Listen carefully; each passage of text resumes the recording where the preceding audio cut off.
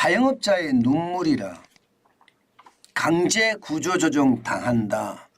무슨 말일까요? 바로 이겁니다.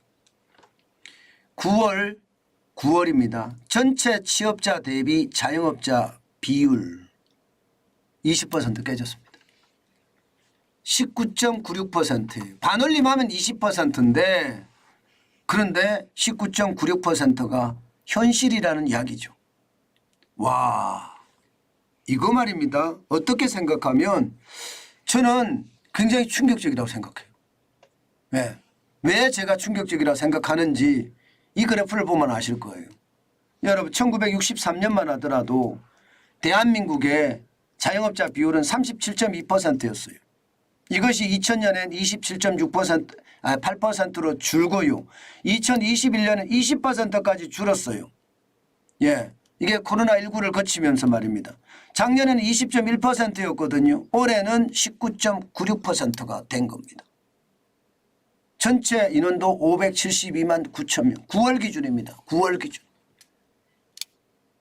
와, 장난 아니죠. 결국은 말입니다. 결국은 이 대출 만기 연장의 수년이 없어지고요. 그러면서 말입니다. 이제 자영업자들이 원리금을 갚기 시작을 했어요. 원리금을. 그런데 원리금이 갚아지려고 하면요. 장사가 잘 돼야 됩니다. 근데 여러분 알다시피 장사가 잘 안 됩니다. 게다가 인건비에 원료값에 여기에 세금에 가스료 전기료에 월세에 관리비에 안 올라온 것이 없습니다. 2천만 원을 매출을 해도 남는 게 없다는 게 지금 자영업자분들의 이야기예요. 2천만 원. 여러분 20평 가게에 2천만 원 매출하려고 그러면요.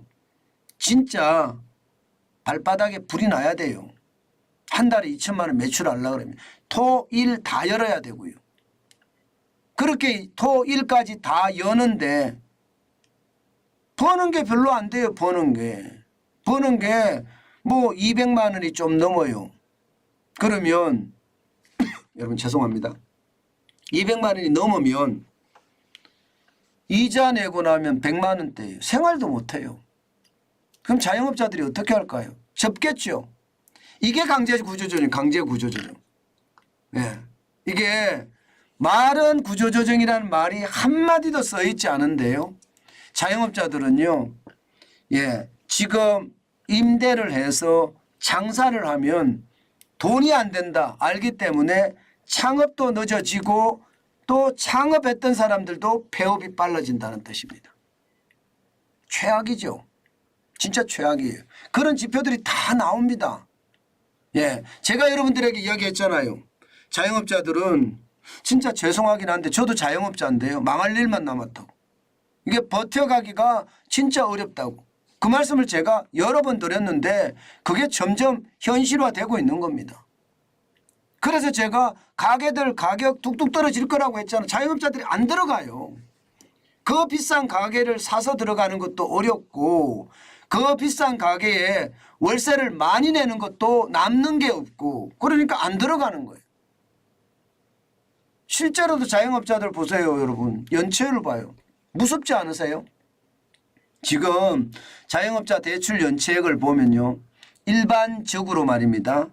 뭐 2조 3천억 원, 뭐 3조 3천억 원, 코로나19 때 2020년 1분기에도 3조 9천억 원이에요. 연체율이. 그런데 말입니다. 2022년 4월에 4조 1천억 원, 2023년 4분기죠. 2023년 1분기에 6조 3천억 원, 2분기 7조 3천억 원이에요. 연체는 점점 높아집니다. 한 달 이상 원리금 연체가 된 사람이 2018년 1분기엔 0.6이었거든요.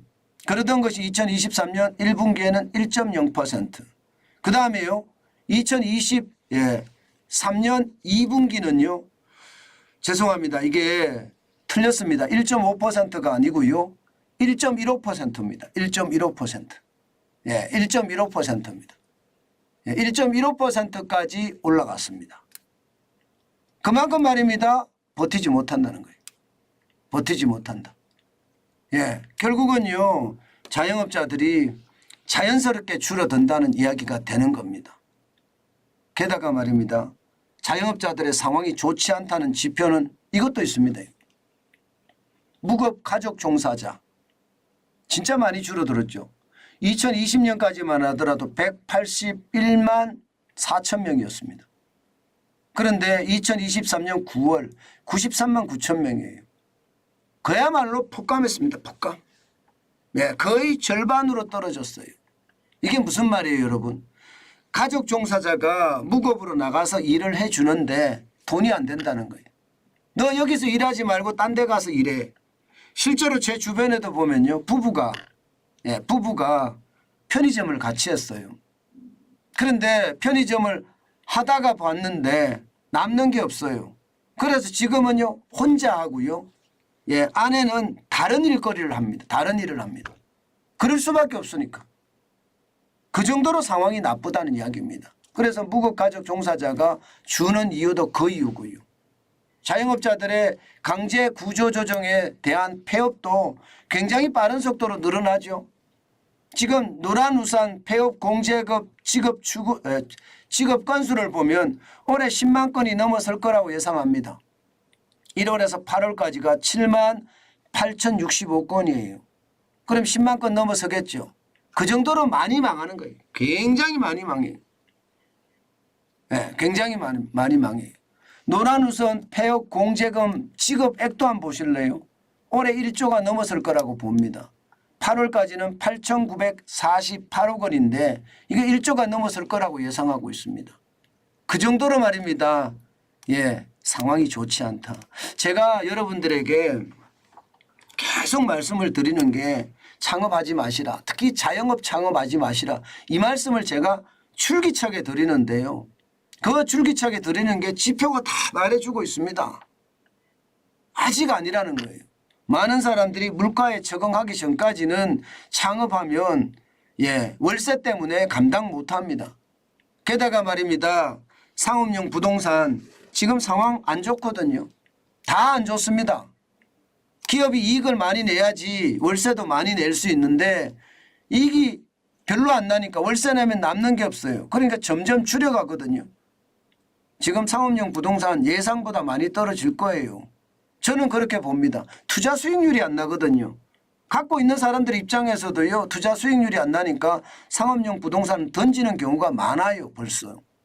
지금 제가 있는 이 문정동 법조타운만 하더라도요. 예, 20평짜리 사무실, 20평짜리 사무실이 예, 7억 5천에도 나왔더라고요. 7억 5천. 굉장히 싸게 나온 거예요. 7억 5천이면. 보통 지금 현 시세는요. 8억 5천에서 9억이거든요. 20평짜리. 그것도 예, 이게 창틀을 텄을 때예요. 창틀을 텄을 때. 실질적으로는 3평이 더 늘어나니까 17평짜리라는 거예요. 17평. 17평에 창틀을 트면 20평이 되는데 이 20평짜리가 7억 5천이라고요. 7억 5천. 17평으로 봤을 때도 그렇죠. 뭐. 그러니까 자꾸 떨어지잖아요. 이게 계속 떨어질 수밖에 없습니다.